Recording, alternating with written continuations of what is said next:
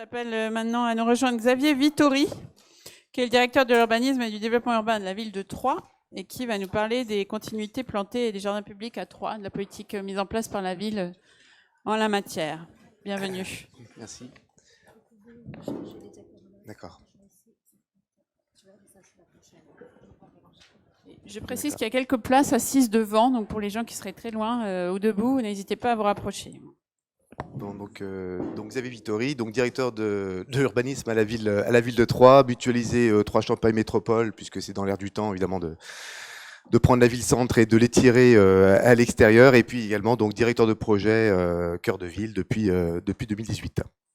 Alors le sujet qui m'a été confié, donc, c'est de parler de la continuité des espaces plantés et jardins publics. Donc il y aura plusieurs exemples. Je vais essayer de vous présenter donc plusieurs échelles et aller du plus urbain au plus végétal. Voilà, donc différentes échelles qui, je pense, vont pouvoir se mesurer à travers cette présentation.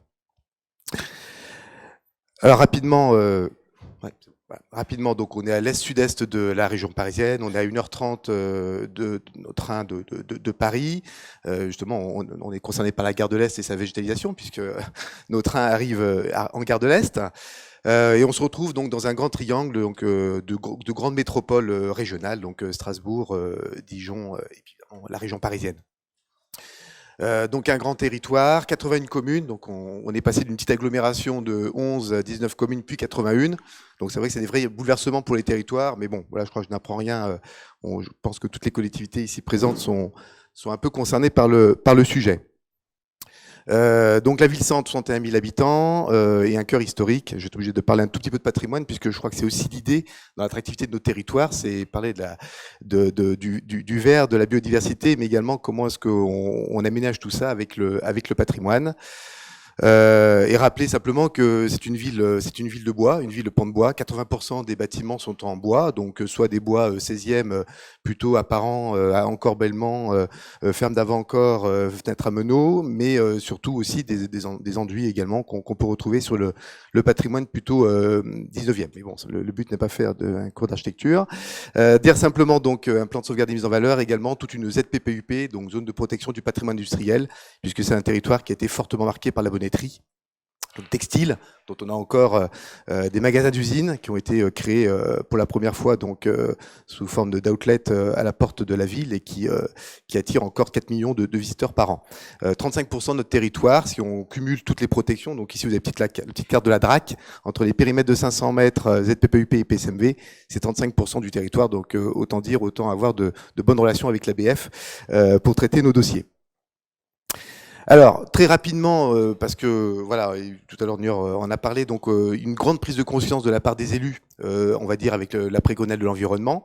Un agenda 21, donc plutôt ville, qui est en train d'étendre d'ailleurs à l'échelle de l'agglomération. Donc aujourd'hui, voilà, il y a beaucoup d'actions qui ont été réalisées, et toutes les opérations que je vais vous présenter, évidemment, sont dans l'agenda 21, d'où l'intérêt quand même d'en parler. Et aujourd'hui, on est en train d'étirer justement ces bonnes pratiques, ces bonnes manières à l'échelle intercommunale, notamment donc sur les déchets, l'alimentation du territoire et la partie donc plutôt sociale et solidaire. Également un plan paysage, c'est important de dire aussi que tous ces espaces, qu'ils soient urbains ou qu'ils soient végétaux, participent à la perception du paysage. Le paysage, c'est ce que l'on voit, c'est pas uniquement les arbres.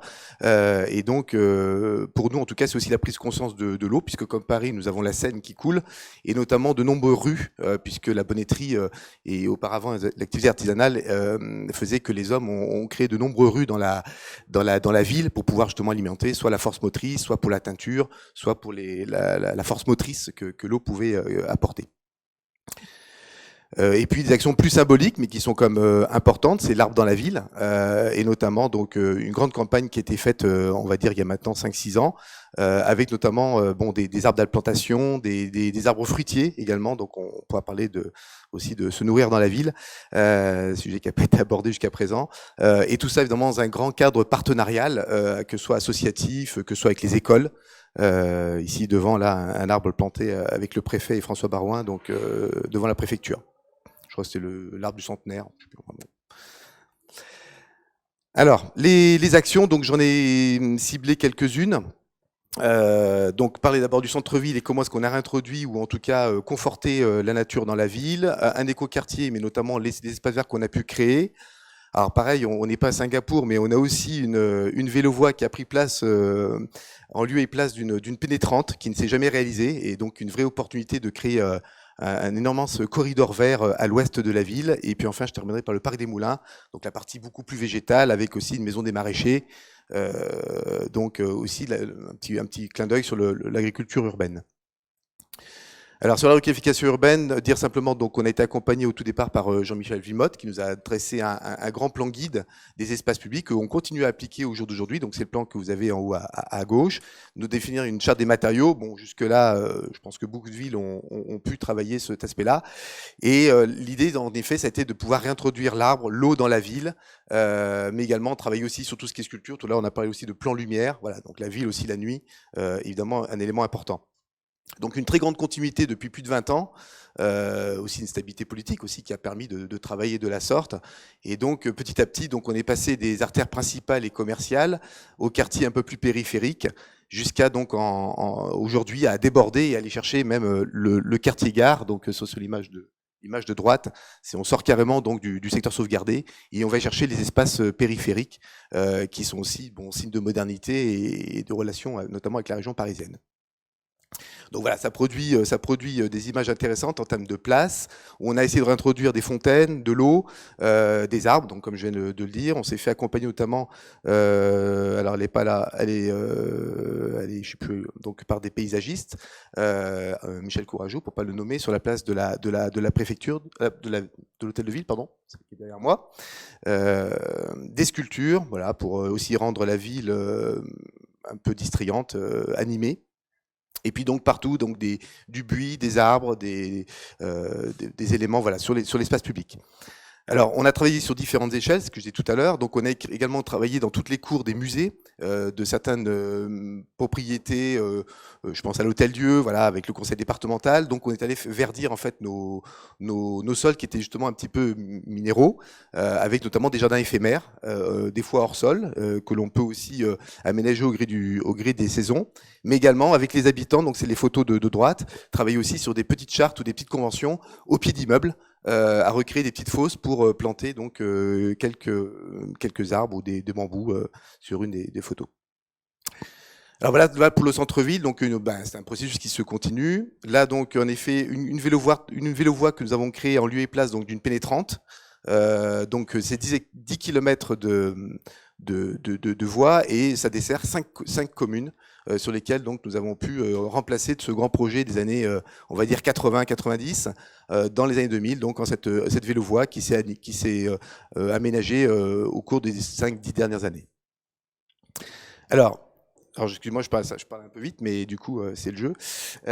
Donc également, comme pas mal de villes, donc on a un écoquartier. On fait partie des plus de 500 villes qui ont désormais un écoquartier. Alors c'est pas tellement de l'écoquartier dont je vais vous parler, mais plutôt de l'anticipation de la ville qui avait zadé ses terrains à la fin des années 80. Et quand je commence à travailler sur ce projet-là, donc il y a maintenant plus de 10 ans, l'idée c'est de créer justement un poumon vert. Donc il est sur la droite de la photo. Et donc sur 4 hectares, on va créer 2 hectares d'espace vert, d'espace naturel. On a aussi la chance d'avoir des rues, donc justement de les reméandrer, de les redécouvrir, puisque on a une grande période où on a beaucoup busé. Alors là, je fais allusion à ce qu'a dit tout à l'heure sur les techniques alternatives, retrouver l'eau comme un élément important, mais également d'infiltrer l'eau dans des grandes noues ou dans des grands fossés. Et c'est tout à fait l'enjeu que nous avons pu traduire ici avec évidemment études loi sur l'eau, enfin toutes les procédures habituelles préludes à un aménagement, notamment un permis d'aménager. Donc on a recréé tout un paysage. Une grosse partie a été faite sous forme de chantier d'insertion, où on a pu recréer donc en effet des sentiers piétons, replanter des arbres, reméandrer donc en effet un rue qui était entièrement bétonné, donc il n'était pas busé mais il était sévèrement contrôlé. Et puis donc des jardins partagés qui étaient déjà sur place, pas très bien entretenus, et en fait on a essayé de redonner de l'ordre un petit peu à tout ça et de les repositionner dans notre quartier. Donc plus de 10 ans de travail. On a travaillé aussi sur la notion de jardin éphémère et ou encore de préverdissement, puisque l'idée c'est que ça s'est pas fait d'un seul coup et que toute la notion d'opération, même d'aménagement ou d'urbanisme, doit s'entendre dans la durée et le temps. Et qu'est-ce qui se passe pendant ce temps-là? Donc nous, l'idée qu'on a eue, c'est de faire travailler un chantier d'insertion. on va le voir tout à l'heure sur un autre sujet qui en fait a pu travailler sur 2 chantiers à la fois. Et aujourd'hui, voilà, même si le projet se plante, donc aujourd'hui on est en passe de vendre le terrain à Nexity, et ben on aura toujours notre grand jardin qui sera animé. Donc au lieu de 2 hectares, on aura 4 hectares. Mais l'idée en effet, c'était pas de laisser un no man's land au milieu de la ville. Je suis passé rapidement sur la présentation, mais on est à 400 mètres du centre-ville. Hein. On est à 400 mètres du bouchon de Champagne. Et je termine donc sur notre plus grand parc, donc le parc des Moulins.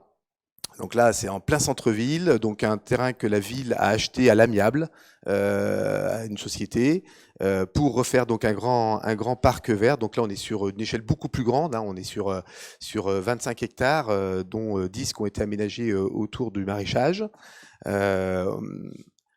Donc plusieurs fonctions. Des espaces donc de bois, bien entendu. On est un peu comme une ambiance bois de Vincennes, voilà, pour si je prends une allusion plus proche de nous. Des espaces de jardin. Donc partie moulin qui est en train d'être transformée, là par contre c'est du privé, ils en feront leur affaire, donc on est en ZPPUP, donc tout est sous contrôle avec l'Architecture des bâtiments de France, et puis donc des parties espaces naturels, puisque dans le même temps, la Seine, il faut aussi la contrôler, il faut aussi l'endiguer, donc il y a aussi tout un travail, alors pas tellement à cet endroit-là, là on a plutôt essayé de préserver son aspect naturel, mais on a aussi évidemment la défense de l'agglomération par rapport aux digues. Alors là on est sur la vieille Seine, donc on n'est pas trop concerné, mais plus à l'ouest on est sur des requalifications de berges. Voilà. Et donc à travers ça, donc on a évidemment des traversées. L'idée évidemment c'est de raccrocher ce grand parc vert, ce grand poumon vert à l'ensemble de la ville. Et donc on a évidemment recréé des cheminements piétons. On a notamment le tracé qui est figuré là, c'est une vélo-voie, alors vélo-voie européenne, Paris-Prague. Alors c'est un bras seulement. Voilà, donc on a pu faire tomber quelques fonds européens pour se faire financer une partie d'une passerelle et de quelques cheminements. Pour le réintégrer à la ville. Et en maîtrise d'œuvre, donc on a également assuré, donc il y avait deux petites cabanes qui étaient, enfin 2 maisons un peu abandonnées, et on en a profité donc pour faire une maison des maraîchers. Donc avec un but pédagogique, là aussi référence parisienne, donc c'est un peu comme à Bercy, les jardins de Bercy, avec les écoles, avec des animateurs, voilà, donc des fêtes du parc chaque année, voilà, bon, des choses qu'on retrouve de manière plus classique. Voilà.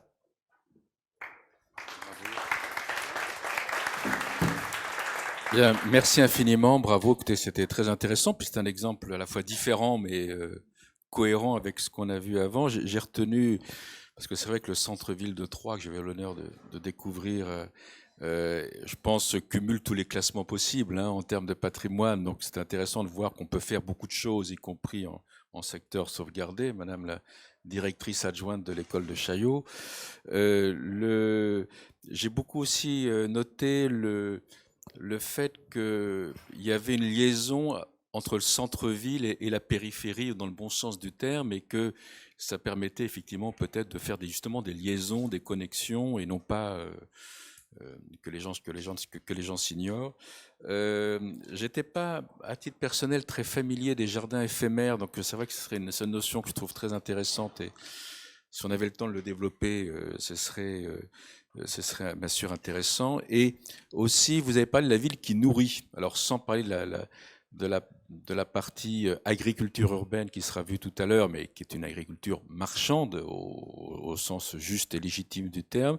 Est-ce que vous avez déjà un certain nombre d'exemples en centre-ville ou en ville de Troyes sur ça et comment ça marche? Alors oui, donc tout à l'heure que j'ai présenté un peu le plan arbre, on a planté un certain nombre d'arbres. On a justement essayé de planter aussi des arbres fruitiers.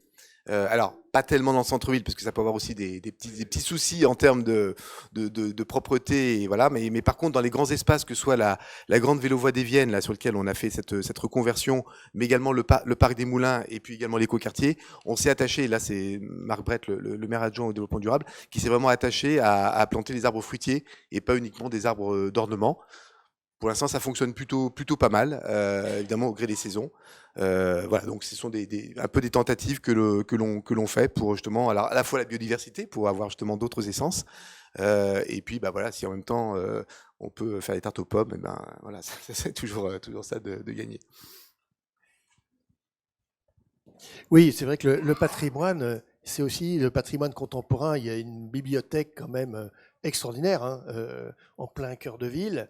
Et puis ces logements, vous avez parlé des pans de bois.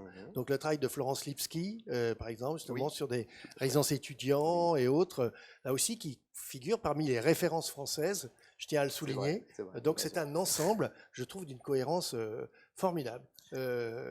Donc là, c'est bien d'ouvrir en plus sur le maraîchage, parce que autant, évidemment, à Amiens, on est habitué, il y a toute une culture, et là, vous avez bien parlé de la bonneterie, mais là, d'un seul coup, une sorte d'ouverture sur le maraîchage, ça, c'est un nouveau cap qui mériterait peut-être qu'explications complémentaires. Qu'est-ce qui vous a amené à ça? Vous auriez pu faire simplement des beaux jardins, quelque chose avec des très bons paysagistes. Tout à fait. Et ben écoutez, c'est vrai qu'il y a comme une tradition des jardins familiaux. Alors, j'ai travaillé aussi au nord de Paris, donc on a aussi beaucoup de jardins familiaux. Donc à Troyes, il y a évidemment population ouvrière, donc qui dit jardins familiaux dit aussi donc une certaine histoire, beaucoup d'associations. Après, il faut canaliser un petit peu tout ça parce que, bon, des fois, c'est plus ou moins bien aménagé. Mais en fait, l'idée, ça a été, à travers cette bonne terre agricole, on est sur les bras de Seine, et bah, du coup, de travailler sur le maraîchage. La maison telle que je vous l'ai présentée, qui figure d'ailleurs toujours à l'écran, ça a été livré il y a 2-3 ans, donc c'est assez récent. C'est une architecte d'ailleurs de la ville qui a porté la réhabilitation, qui l'a dessinée. Hein, j'ai oublié de préciser, donc on a beaucoup de maîtrise d'œuvre qui est faite en interne.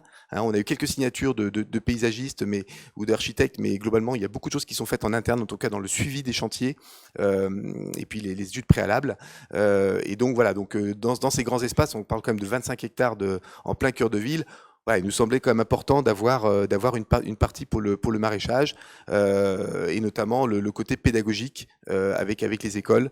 Tout à l'heure, j'ai parlé de chantier d'insertion, donc qui travaillent à la fois sur ces espaces-là, donc du parc des Moulins, et qui ont pendant 7 à 8 ans donc animé les plantations dans l'écoquartier, donc au nord, ce qui fait qu'ils ont eu 2 chantiers sur lesquels la même équipe a été mutualisée pour aussi ouvrir des horizons. Et comme je disais par rapport à jardin éphémère, et ben tout simplement donc planter des prairies fleuries, entretenir la végétation, c'est déjà un gros travail. Et là, c'est intéressant justement d'avoir la même équipe qui puisse travailler sur plusieurs lieux dans la ville, en attendant pas pour celui-là, mais pour l'autre projet écoquartier, la construction, voilà, à terme quand même de maisons et d'immeubles.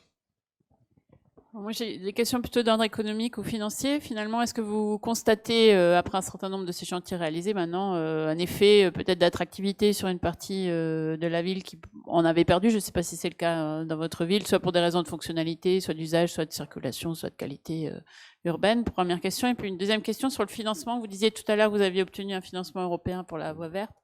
Je pense que c'est une question qui intéresse aussi d'autres villes moyennes qui n'ont pas forcément beaucoup d'argent à investir sur ces espaces publics. Et là, c'est quasiment 100% de l'investissement public. Donc, comment est-ce que vous trouvez éventuellement des leviers financiers pour des opérations d'une telle ampleur dans une ville moyenne? Alors pour la partie espace, notamment la nature en ville et notamment dans le centre-ville, c'est vrai qu'on a une augmentation de la population touristique en forte hausse, sachant qu'on travaille à la fois sur le tourisme l'été, mais on travaille aussi beaucoup sur tout ce qui est salons, événements.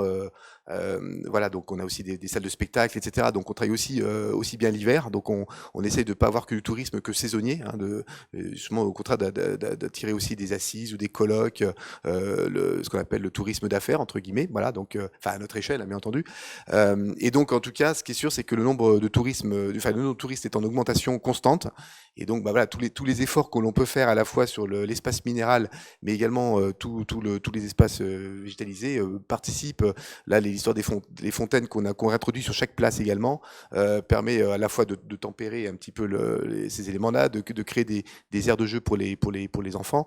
Mais voilà, les touristes en profitent également. Donc je pense en termes d'image, en termes de marketing territorial, on continue l'histoire de la ville avec peut-être son histoire très minérale et médiévale pour aller vers quelque chose de plus ouvert et plus végétal et plus refaire sortir l'eau aussi. Hein. Je suis passé rapidement, mais vous avez dû voir des images un canal qui a été donc recouvert sous Napoléon, qu'on a découvert il y a maintenant 8 ans. Alors, en tout cas, pour une grande partie, et donc toute une activité commerçante, comment dirais-je, des petits enfin des petits salons, etc., ont pu se mettre tout le long de l'eau. Voilà, donc ça aussi, c'est retrouver la ville, retrouver l'eau dans la ville. C'était aussi un enjeu important dans cette démonstration. Et sinon, pour les financements, ben, oui, des fonds européens, les fonds régionaux, il y a le département qui nous accompagne également beaucoup.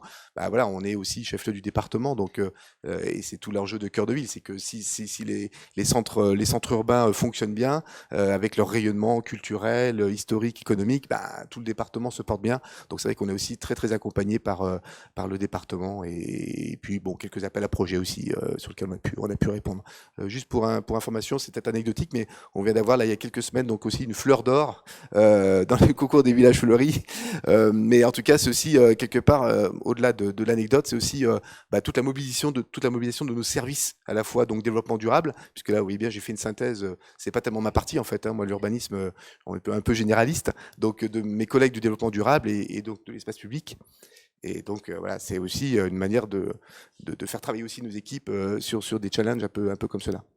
Sur les habitants, vous répondiez sur le développement économique et l'accueil touristique, mais les habitants eux-mêmes, est-ce qu'ils se réapproprient des espaces qui étaient un peu peut-être dévitalisés? Est-ce qu'il y a ça crée du lien social? Est-ce que ça a aussi eu un effet sur la population? Oui, tout à fait. Bah là, en centre-ville, on va dire globalement la ville est ouverte, donc il y a à part les cours, voilà, on est quand même dans quelque chose de très très aménagé. Là, en effet, la vélo-voie, la vélo-voie donc des Viennes qui s'est mis 10 ans pour faire s'aménager au fil du temps, est extrêmement fréquentée et devient même un endroit où on ne va pas seulement faire du vélo le dimanche, hein, c'est aussi un lieu où en semaine, on peut venir à pied jusqu'au centre-ville, puisqu'on arrive pratiquement à la porte du Bouchon.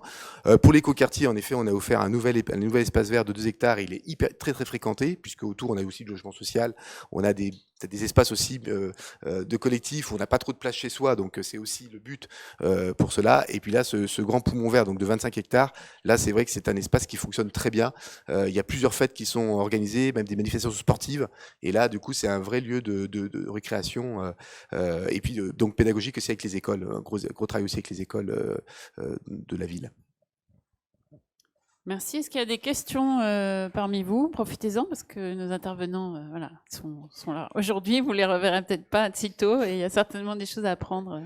Justement, une question sur les financements. Quand on a fait le projet de la place de la Brèche, on avait émargé au contrat de projet à l'époque qui permettait, on a obtenu à peu près tout confondu 20%. Aujourd'hui, je pense que vous ne les aurez pas. Les financements sont très peu accessibles sur la reconquête des espaces publics. Alors qu'en fait, nous, dans l'urbanisme, le plan de développement des villes, on voit bien depuis tout à l'heure les échanges à quel point c'est aussi un ingrédient indispensable à la notoriété, à l'attractivité, au bien-être des territoires. Et en fait, les sources de financement n'existent plus ou quasiment plus s'agissant de la qualité ou de la mise en qualité des espaces publics. Voilà, c'est une réflexion que j'ai en tant que directrice Action Cœur de Ville. Je vois bien que là, on s'échine à aller chercher des financements et qu'ils ne sont pas là.